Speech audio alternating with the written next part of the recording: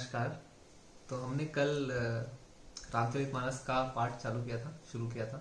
और हम पहुंचे थे दोहे नंबर 5 तक, जहाँ पे अभी तुलसीदास जी ने स्टार्ट किया था शिव जी की वंदना से, फिर गणपति जी की वंदना से, सारे देवी देवताओं को प्रणाम करने के बाद अब वो अपने गुरु के चरणों की वंदना कर रहे हैं। तो शुरुआत में जब वो वंदना कर रहे हैं तो सबसे पहले वो उनके अपने गुरु के चरणों की जो धूल होती है उसकी वंदना कर रहे हैं।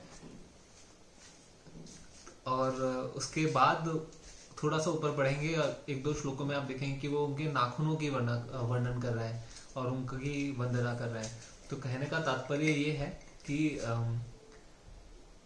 वो अपने आप को इस स्थिति पे नहीं समझ रहे हैं कि सीधे से स्टार्टिंग में डायरेक्टली अपने गुरु के मुख का वर्णन करें, उनका यश का वर्णन करें। तो वो अपने आप को उनकी उनकी धुली ही उनके लिए काफी दिव्य है। तुलसीदास जी के लिए अपने गुरु की धुली, पैर की धुली।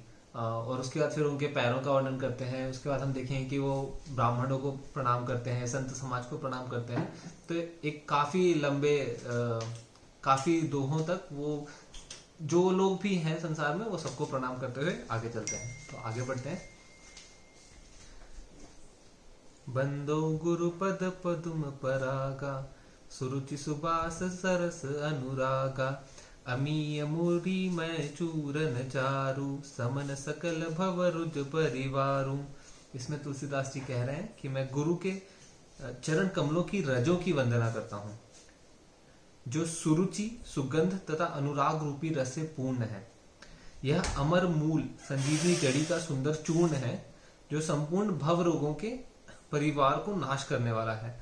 तो भव रोगों से मतलब है कि संसार में जो भी द्वेष, विकार, दुख जैसी बीमारियां हैं, उन सबका नाश करने के लिए आपके गुरु के चरणों की धूल ही काफी है, ऐसा तुलसीदास जी कह रहे हैं।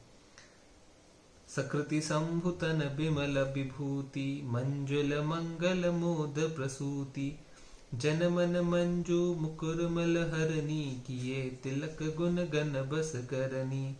श्री गुर पद नख मणि गण ज्योति, सुमिरत दिव्य दृष्टि ही होती। दलन मोह तम सो प्रकाशु, बड़े भाग उर अवै जासु।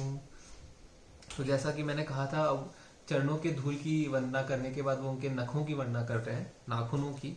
तो वो कह रहे हैं कि श्री गुरु के चरण नख मणियों के समान प्रकाश में है, और उसको स्मरण करते ही हृदय में दिव्य ज्ञान उत्पन्न हो जाता है, और यह प्रकाश अज्ञान रूपी अंधकार का नाश करता है। तो वैदिक शास्त्रों के अनुसार जो भी दुख और द्वेष का कारण है वो अज्ञान है, और ये अज्ञानता जो है ये खत्म हो जाती है जैसे ही आपके जीवन में गुरु के चरण कमलों की का आगमन होता है। उगरहि बिमल बिलोचन ही के, मीटहि दोष दुख भव रजनी के। सूंजहि राम चरित मनि मानिक, गुप्त प्रगट जह जेहि खानिक। जथा सुअंजन अंजितृक, साधक सिद्ध सुजान। कौतुक देखत सैल बन, भूतल भुरी निधान। गुरुपद रज मृदु मंजुल अंजन, नयन अमीय दृग दोष विभंजन। तेहि करि बिमल विवेक बिलोचन, बरनउ राम चरित भव मोचन। तो तुलसीदास जी आगे कहते हैं कि श्री गुरु के चरणों की रज मतलब होता है धूल, कोमल और सुंदर नयन अमृत अंजन है, मतलब जो नेत्रों के दोषों का नाश करते। सो जो कुछ भी दिख रहा है, जो उसमें विकार दिखता है, जैसे ही ज्ञान आएगा तो आपको वो विकार नहीं दिखेगा। तो ये कह रहे हैं कि जो आपको विकार दिख रहा है ये आपके आंखों के दोष हैं। संसार में कोई दोष होता नहीं होता है, ये हम जिस तरीके से देखते हैं ये उसी से हमको चीजें अच्छी और बुरी लगती हैं, और ये अज्ञान की वजह से होता है, जिसको दूर करने के लिए श्री गुरु जी के चरणों की धूल ही पर्याप्त है। बंदो प्रथम मही सुर चरना, मोहि जनित संशय सब हरना। सुजन समाज सकल गुण खानी, करऊं प्रणाम सप्रेम सुबानी। अब तुलसीदास जी आगे चल के ब्राह्मणों की वंदना करते हैं, और उसके बाद संत जनों का जो समाज होता है उनका वर्णन करते हुए उनको वंदना करते हैं। साधु चरित शुभ चरित कपासु निरस बिसद गुणमय फल जासु जो सही दुख पर क्षेत्र दुरावा बंदनीय जेहि जग जस पावा। तो यहाँ पे कह रहे हैं कि साधु का चरित्र, संत समाज का जो चरित्र होता है वो एक कपास जैसा होता है। जैसे उसके जो फल होते हैं उसको डोडी कहते हैं। तो वो नीरस बिसद गुणमय फल जासु, मतलब नीरस होता है, बिना किसी रस का होता है। बिसद होता है, मतलब विषयों में आसक्ति नहीं होती इनकी, और गुणमय होता है। उसके फल जैसा, जैसा कपास का फल निरध, निसक्त, निआसक्त और गुणमय होता है, वैसे ही साधु चरित्र होता है। मुद मंगलमय संत समाजू जो जग जंगम तीरथ राजू राम भक्ति जह सुर सरिधारा सरसई ब्रह्म विचार प्रचारा।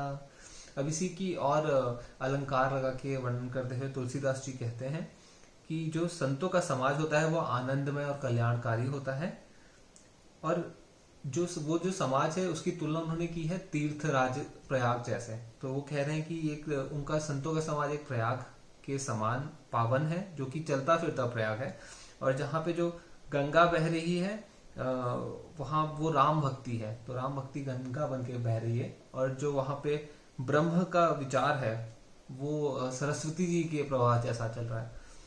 तो आप प्रयाग नहीं जाएंगे और आप संत समाज के साथ जुड़ेंगे और समय बिताएंगे तो वो एक जैसी चीज है, ऐसा तुलसीदास जी कह रहे हैं। विधि निषेधमय कलिमल हरनी करम कथा रविनंदनी बरनी हरिहर कथा विराजति बेनी सूनत सकल मृत मंगल देनी। बटु विश्वास अचल निज धर्मा तीरथ राज समाज सुकर्मा सब ही सुलभ सब दिन सब देसा सेवत सादर समन कलेसा।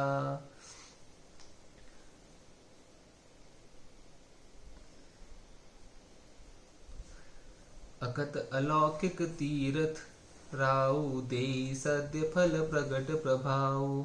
तो कह रहे हैं कि यह तीर्थ राज अलौकिक है और अकथनीय है एवं तत्काल फल देने वाला है। इसमें आपको उसके प्रभाव देखने के लिए वेट नहीं करना पड़ेगा, टाइम नहीं लगेगा।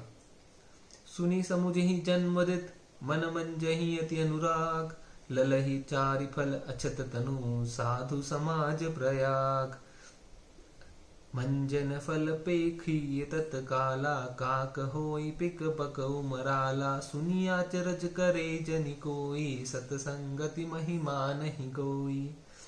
तो कह रहे हैं कि इस तीर्थ राज रूपी संत समाज में स्नान करने का फल बहुत ही तत्काल मिलता है, और एक इसके प्रभाव से जो कौवे होते हैं वो कोयल जैसे बन जाते हैं तुरंत ही, और बगुले जो होते हैं वो हंस जैसे बन जाते हैं। तो ये बता रहे हैं कि इम्पैक्ट क्या है, क्या प्रभाव पड़ता है संत समाज में, सत समाज में रहने का, संत लोगों के साथ रहने का।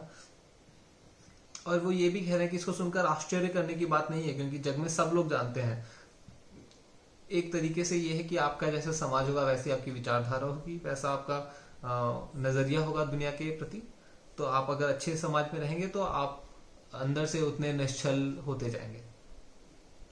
बाल्मीक नारद घट जोनी निज निज मुखनी कहीं निज होनी जलचर थलचर नभचर नाना जे जड़ चेतन जीव जहाना।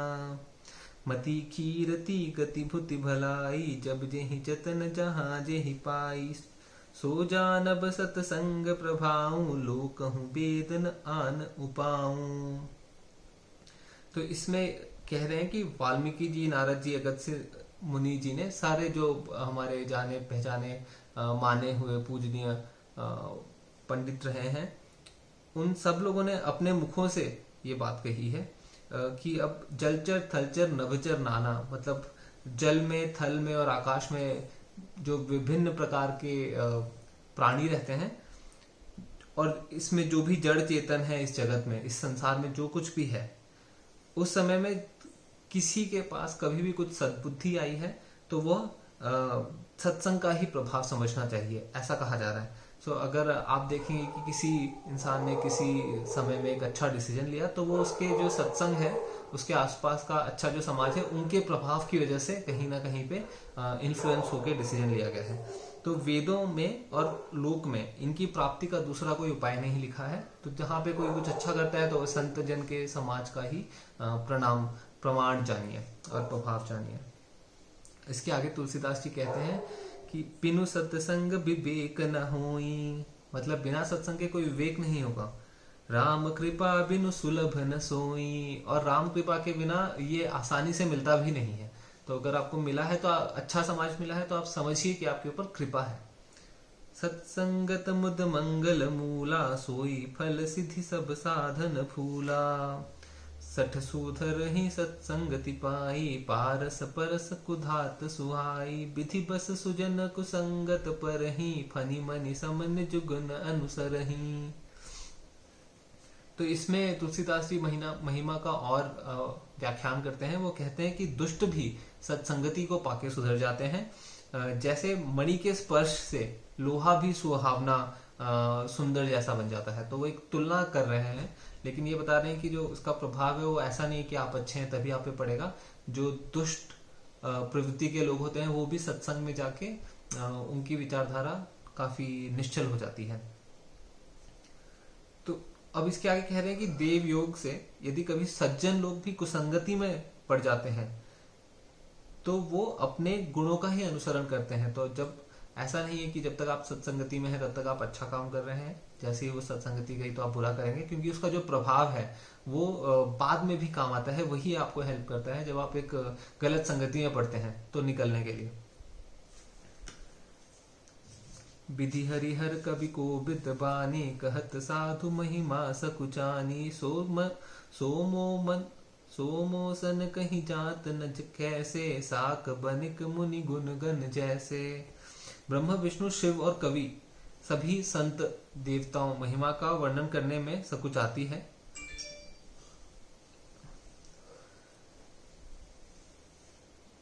तो ये बता रहे हैं कि तुलसीदास जी कह रहे हैं कि संत जनों की जो महिमा है उसका व्याख्यान वो नहीं कर पा रहे हैं। देवता लोग, काफी पंडित लोग, पढ़े लिखे लोग भी नहीं कर पा रहे हैं, कर पाते हैं, क्योंकि वो इतनी महान है जो उनका प्रभाव पड़ता है।